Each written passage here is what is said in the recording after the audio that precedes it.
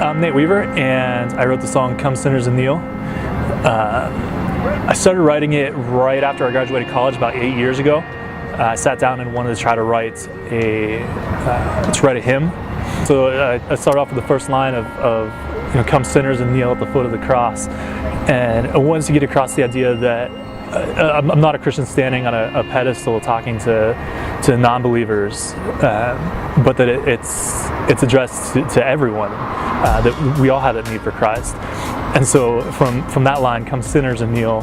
And the second verse begins, is just calling out various sins, liars and harlots, murderers and thieves. But the subtext there is the Sermon on the Mount, where Christ says, if you've hated your brother, you're guilty of murder.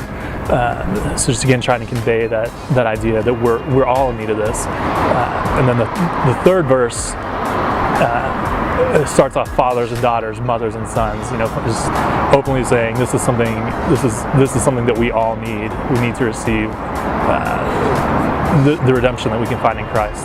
I think what I hope K2 hears is something that I think it does well already, is that K2 is open for people regardless of where they are with Christ, whether they've been following Him for decades, or whether